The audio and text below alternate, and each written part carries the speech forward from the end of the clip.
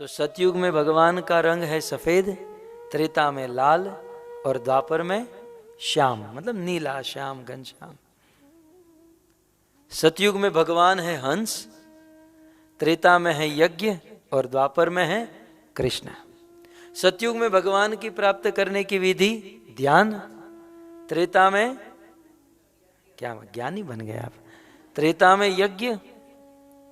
और फिर आप लोगों को प्रमाण भी दीजिएगा, कोई कहे ना ये कहाँ, तो सीधा कहना चाहिए कृते सतयुगे ध्यायतो विष्णु त्रेतायाम यजतो मघे और द्वापरे परिचर्यायाम। और द्वापर युग में विधि जो है वो है परिचर्या। अब ये 3 युग हो गया ना, तो अब निमि महाराज और इंटरेस्ट लेने लगे। महाराज हे करवाजन जी, आपने 3 युगों का बता दिया लेकिन कलयुग का नहीं बताया। और हम तो कलयुग में हैं। ये सब युग तो ठीक है, लेकिन हमारा जो लेना देना, हमें जो वास्तविक जो करना हो तो कलयुग में है। तब पूछते हैं कि इस कलयुग में भगवान का रंग कौन सा है, नाम कौन सा है और उसे प्राप्त करने की विधि क्या है। तो स्पेशल कलयुग के लिए करवाजन ऋषि एक श्लोक बोलते, ये भी भागवत का श्लोक है, शायद आपको किसी ने न सुनाया हो, मैं सुना देता हूं। करवाजन ऋषि कहते हैं, कृष्ण वर्ण त्विषा कृष्णम सांगोपांगास्त्र पार्षदम यज्ञे संकीर्तनः प्राये यजन्ति हि सुमेधस यजन्ति हि सुमेधस। जब कलयुग की बात आई तब करवाजन ऋषि कहते हैं, कृष्ण वर्ण त्विषा अकृष्णम। कलयुग में जो भगवान है उस भगवान का रंग कौन सा है, अकृष्ण।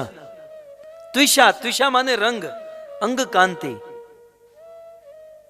तो त्विषा अकृष्णम, कृष्ण माने काला और अकृष्ण माने गोरा। कृष्ण माने काला और अकृष्ण माने गोरा। तो कलयुग की बात भागवत में जब प्रश्न पूछा गया कलयुग में कौन से भगवान, तो कहते हैं कृष्ण वर्ण त्विषा अकृष्णम।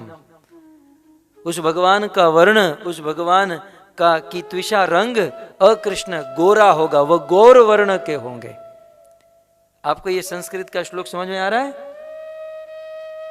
मैं आपको बार बार इसलिए कह रहा हूं ताकि ये मैं मेरे मन की बात नहीं कर रहा हूं, क्योंकि अब जो मैं कुछ बोलने जा रहा हूं ये बहुत बड़ा रहस्य है, बहुत बड़े रहस्य की बात है। कलयुग में जिस भगवान का अवतार हुआ ना, महाभारत में इसे प्रच्छन्न अवतार कहा गया। अन्य युगों में भगवान के जितने भी अवतार हुए ये सब ओपन थे, वो सब खुले अवतार थे, लेकिन कलयुग का जो अवतार था वो प्रच्छन्न माने छिपा हुआ अवतार। सब लोग इस अवतार के बारे में नहीं जान सकते, नहीं समझ सकते, इसलिए इसे जैसे गीता में कृष्ण के ना रहस्य, गुह्य ज्ञान, ये पूर्ण गूढ़ ज्ञान है। और मुझे लगता है कि ये गूढ़ ज्ञान मुझे आप लोगों को सुना देना चाहिए कि नहीं है? क्योंकि आप सब परम श्रद्धालु हैं। तो त्विषा अकृष्णम सांगो पांगास्त्र पार्षदम। कलयुग के उस भगवान को प्राप्त करने की विधि क्या है, तो कहते हैं संकीर्तन प्राये। ये भागवत का श्लोक है। भागवत के 11वें स्कंद में लिखा है कि कलयुग के भगवान को प्राप्त करने की विधि संकीर्तन प्राये, संकीर्तन है। सतयुग में ध्यान, त्रेता में यज्ञ, द्वापर में परिचर्या और कलयुग में संकीर्तन है। और इसलिए तो रामायण में लिखा ना, कलयुग केवल नाम आधारा, सुमिरी सुमिरी नर उतरो पारा। कलयुग में मात्र भगवान का नाम, मात्र भगवान का कीर्तन करें और भगवान की प्राप्ति करें। लेकिन वो भगवान कौन है? कलयुग में जिस भगवान का अवतार हुआ वह भगवान कौन है? तब भागवत ने ऐलान किया कलयुग के जो भगवान हैं वो और कोई नहीं, वो है श्री कृष्ण चैतन्य महाप्रभु। श्री कृष्ण चैतन्य महाप्रभु की, चैतन्य महाप्रभु। कई लोगों की अलग अलग धारणाएं हैं चैतन्य महाप्रभु के विषय में, क्योंकि ये प्रचन्न अवतार है। लेकिन शास्त्र में 1000 प्रमाण है कि श्री चैतन्य महाप्रभु भगवान विष्णु के, कृष्ण के अवतार हैं, कलयुग के वे भगवान हैं श्री चैतन्य महाप्रभु। अब मैं आपको प्रमाण दूं, क्योंकि ये बात क्योंकि प्रचन्न है इसलिए ठीक से जल्दी समझ में नहीं आएगी। आपने महाभारत में विष्णु सहस्त्र नाम कभी पढ़ा है, कभी सुना है? विष्णु सहस्त्र नाम महाभारत में भगवान विष्णु के 1000 नाम बताए गए हैं और वैष्णवगण प्राय उनका पाठ करते हैं। सो महाभारत के अनुशासन पर्व में जहां दान धर्म का प्रकरण है, वहां विष्णु सहस्त्र नाम में भगवान विष्णु के लक्षणात्मक, भगवान विष्णु के जो लक्षण है, लक्षणात्मक नाम का वर्णन विष्णु सहस्त्र नाम में किया गया है। और ये सारे नाम श्लोकों में है, जिन्होंने पाठ किया होगा उनको पता होगा। मैं ये प्रमाण दे रहा हूं, चैतन्य महाप्रभु कलयुग के भगवान है या अवतार है, ये मैं प्रमाण दे रहा हूं विष्णु सहस्त्र नाम से। सो विष्णु सहस्त्र नाम में एक श्लोक है, सुवर्ण वर्ण है मांगो वरांग चंदनांगदी संन्यास कृतः शांतो निष्ठा शांति परायण। ये विष्णु सहस्त्र नाम, उनमें ये श्लोक हैं और उसमें भगवान विष्णु का एक नाम है सुवर्ण वर्ण। क्या नाम है? सुवर्ण वर्ण। पहले तो इस नाम का अर्थ समझिए। सुवर्ण वर्ण का अर्थ क्या है? मान लो आपको कोई पूछे सुवर्ण वर्ण का अर्थ क्या होगा? है सोने जैसा रंग, है ना? सीधा अर्थ ये करोगे, लेकिन ये अर्थ नहीं है, क्योंकि ये वेदव्यास जी की रचना है भक्तों। और श्लोक आगे पढ़िए, सुवर्ण वर्ण और फिर कौन सा शब्द है? हेमांगो। हेम माने सोना, अंग माने शरीर। सोने जैसा रंग जिसके शरीर का है उसे हेमांग कहते हैं। तो दूसरे शब्द में जब हेमांग कह दिया तो आगे सुवर्ण वर्ण का अर्थ सोना कभी नहीं हो सकता, क्योंकि संस्कृत की व्याख्या कुछ ऐसी है, रचना कुछ ऐसी है कि एक ही शब्द 2 बार रिपीट नहीं होता है। तो सुवर्ण वर्ण का अर्थ, वर्ण का के 2 अर्थ होते हैं। वर्ण माने रंग और वर्ण का दूसरा अर्थ है नाम। नहीं कहते हम लोग वर्णमाला? તમે આમ વ્યાકરણ ભણ્યા છો? વ્યાકરણ કે પછી ઢ મારી જેમ? आप लोग वर्णमाला पढ़े ना? वर्णमाला क ख ग घ घ च छ ज ज ज ट ठ ड ण। ये कभी किया है कि कराऊं अभी? तो ये जो ना, इसे हमारे हिंदी में, संस्कृत में या गुजराती में इसे वर्णमाला कहते हैं। तो वर्ण का एक अर्थ रंग भी होता है और वर्ण का एक अर्थ शब्द भी होता है। तो आइए फिर से, सुवर्ण माने सुंदर, वर्ण माने, वर्ण माने शब्द, तो सुवर्ण माने सुंदर शब्द। ठीक है, सुंदर शब्द। तो सुवर्ण वर्ण माने सुंदर शब्द का जो वर्णन करते हैं, सुंदर शब्द का जो वर्णन करते हैं या सुंदर शब्द जो रात दिन गाते रहते हैं उसे सुवर्ण वर्ण कहते हैं। तो विष्णु सहस्त्र नाम में भगवान विष्णु का एक नाम है सुवर्ण वर्ण। अब आप मुझे बताइए, भगवान विष्णु का कौन सा अवतार सुवर्ण वर्ण बहुत सुंदर नाम को गाते रहता है चैतन्य महाप्रभु। तो विष्णु सहस्त्र नाम में सुवर्ण वर्ण जो नाम है वो चैतन्य महाप्रभु को लागू होता है, क्योंकि चैतन्य महाप्रभु एक ऐसे कलयुग के भगवान ईश्वर हैं जो भगवान के कृष्ण के नाम का रात दिन कीर्तन करते रहते थे, कृष्ण नाम का वर्णन करते रहते हैं, इसलिए उनका नाम है सुवर्ण वर्ण।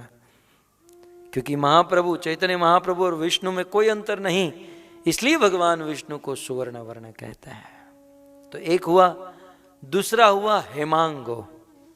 हेम अंग माने सोने जैसा अंग। भगवान विष्णु के असंख्य अवतारों में आपको छूट दी जाए, आप खोजिए ढूंढिए, भगवान विष्णु के असंख्य अवतारों में ऐसा कौन सा अवतार है जिस अवतार के शरीर का रंग सोने जैसा है? सोने जैसा।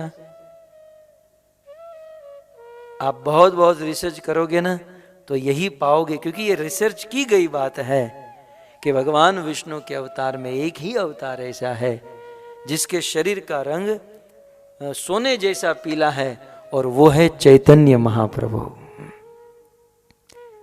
तो विष्णु सहस्त्र नाम में ये दूसरा प्रमाण, सुवर्ण वर्ण हेमांग। वरांग चंदनांगदी, दूसरा तीसरा नाम क्या है? वरांग, जिसके अंग वर्णीय है, अर्थात जिसके सुंदर अंग है।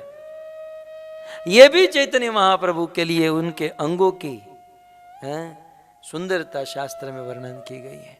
चंदनांगदी, जो अपने शरीर पर चंदन लगाते हैं उसे चंदनांगदी कहते हैं। यह भी चैतन्य महाप्रभु के लिए इस्तेमाल किया गया। मैं ज्यादा समय नहीं लूंगा। इस विष्णु सहस्त्र नाम के श्लोक में एक शब्द आया संन्यासकृत। भगवान विष्णु का एक नाम है संन्यासकृत।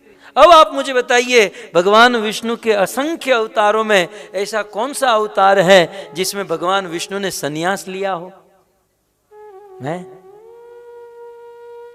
असंख्य।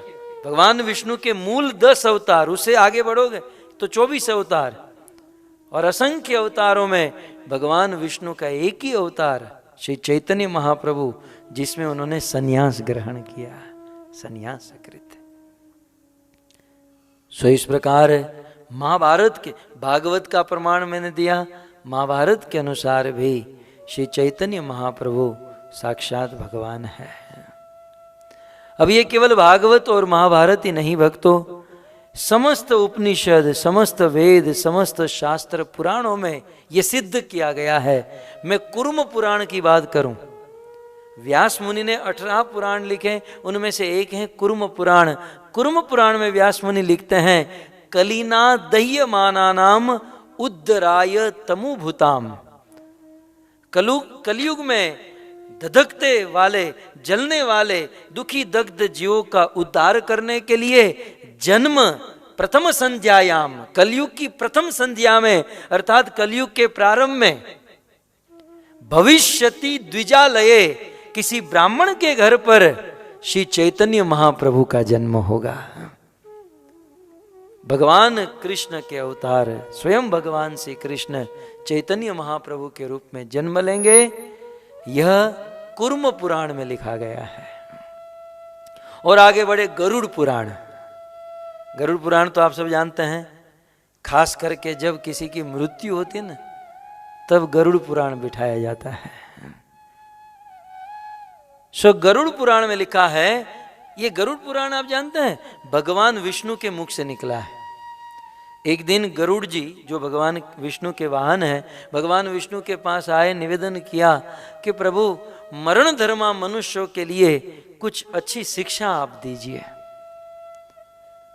तो भगवान विष्णु जो बोले, गरुड़ जी ने जो सुना, उसी का नाम है गरुड़ पुराण।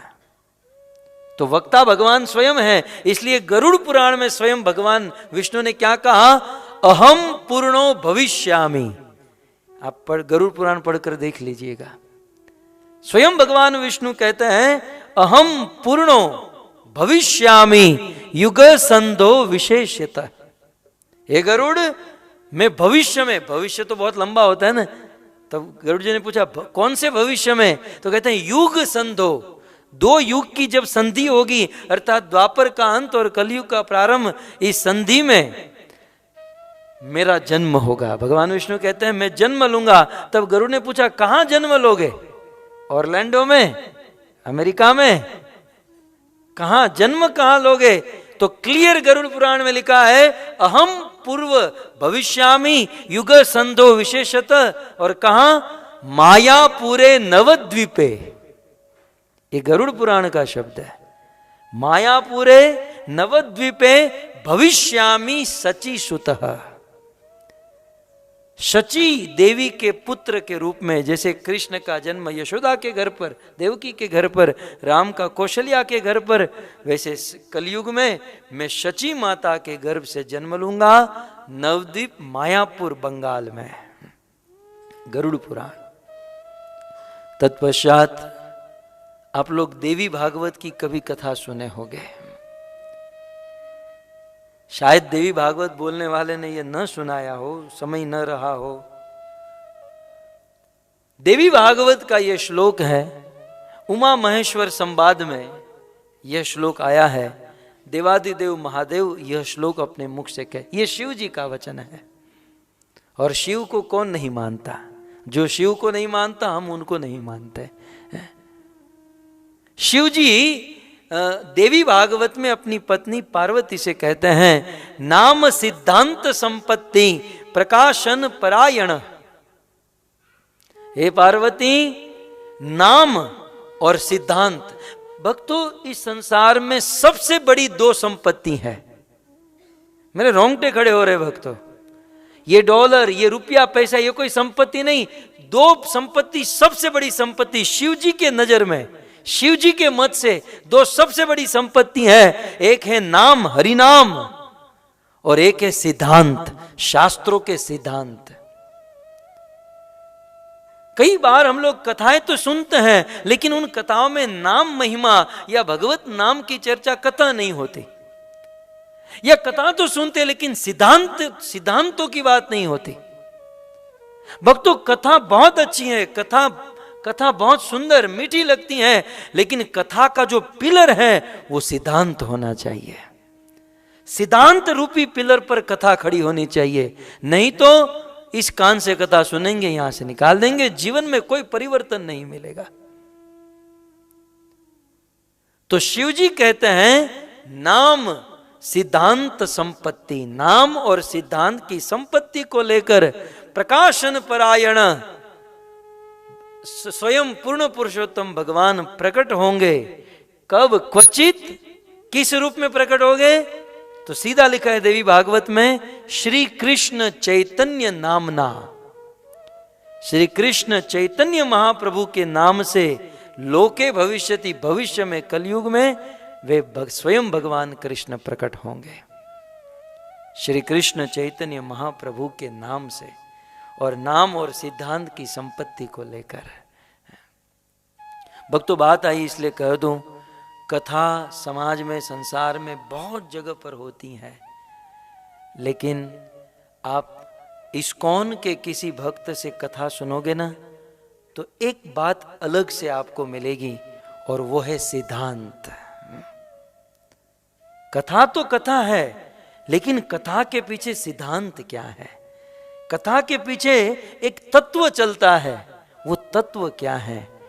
वो जो चैतन्य महाप्रभु के आश्रित और महाप्रभु की परंपरा में जो है, वही समझ सकता है और वही दूसरों को समझा सकता है।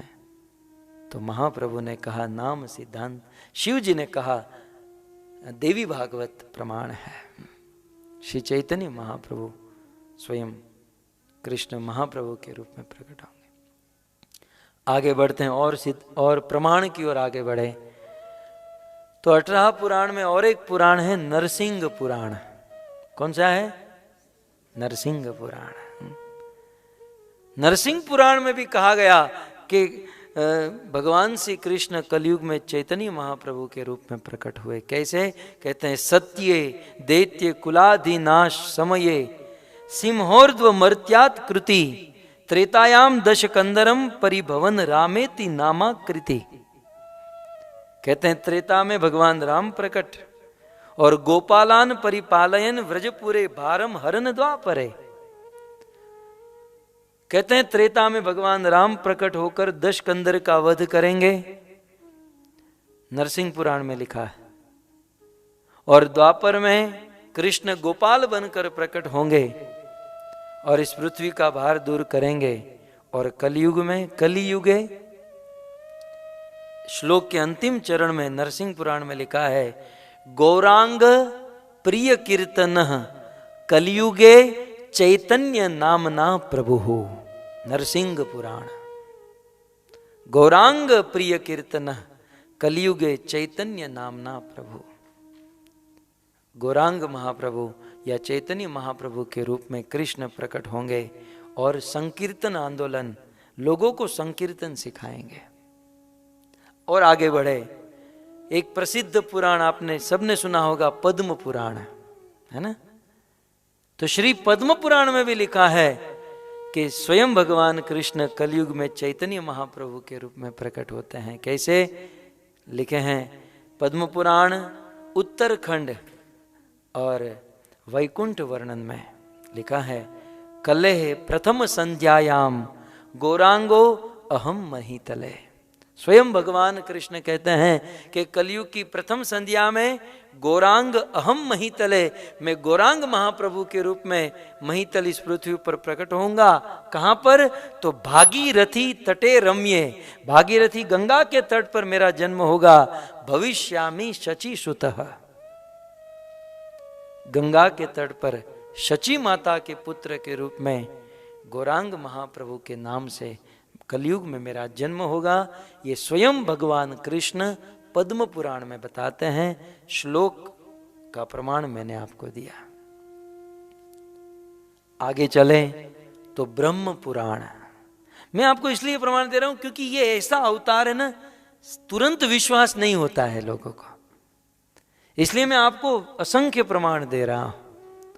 ब्रह्म पुराण आपने सुना होगा। ब्रह्म पुराण में लिखा है कले प्रथम संध्यायाम गौरांगो महीतले भागीरथी तटे भूमनि भविष्यामि सनातन। भागीरथी तट पर इस पृथ्वी पर मेरा जन्म होगा। मत्स्य पुराण में लिखा है मंडो गौर सुदीर्घांग स्त्री स्तोत्र स्थिर संभव दयालु कीर्तन ग्राही भविष्यामि कलो युगे। मत्स्य पुराण में भी प्रमाण दिया गया है कि श्री कृष्ण कलयुग में चैतन्य महाप्रभु के रूप में प्रकट होंगे। और एक पुराण है मार्कंडेय पुराण। मार्कंडेय पुराण में लिखा है गोलोकम च परित्यज्य लोकानाम त्राण कारणात्। अपने गोलोक, अपने वैकुंठ धाम को परित्यज्य, लोगों को वैकुंठ धाम को त्याग करके छोड़कर लोकानाम त्राण कारणात्, संसार के जीवों को तारने के लिए कलयुग में गौरांग रूपेण, गौरांग महाप्रभु के रूप में लीला लावण्य विग्रह भगवान श्री कृष्ण प्रकट हो जाएंगे। ये मार्कंडेय पुराण में लिखा है। और वामन पुराण में कहते हैं, और एक प्रमाण वामन पुराण कली घोर तमच्छानात् सर्वानाम चार वर्जितान शची गर्भेच संभूय तरिष्यामि नारद। हे नारद, सची माता के गर्भ से श्री कृष्ण चैतन्य महाप्रभु का जन्म होगा। हरिनाम का प्रचार करेंगे और उनका अनुगत्य करने वाले वैकुंठ प्राप्त करेंगे। इस प्रकार श्रीमद् भागवत, महाभारत और अन्य पुराण, उपनिषद और वेदों के माध्यम से मैंने आपके बीच में ये एक बात रखी कि इस कलयुग में जो भगवान का युगा अवतार है वो है श्री चैतन्य महाप्रभु। और मजे की बात यह है भक्तों, हमारे लिए बहुत अच्छी बात यह है कि भगवान का इतना सुंदर अवतार, भगवान का यह अवतार होली के दिन प्रकट हुआ। ये होली जो है श्री चैतन्य महाप्रभु का जन्मदिन है।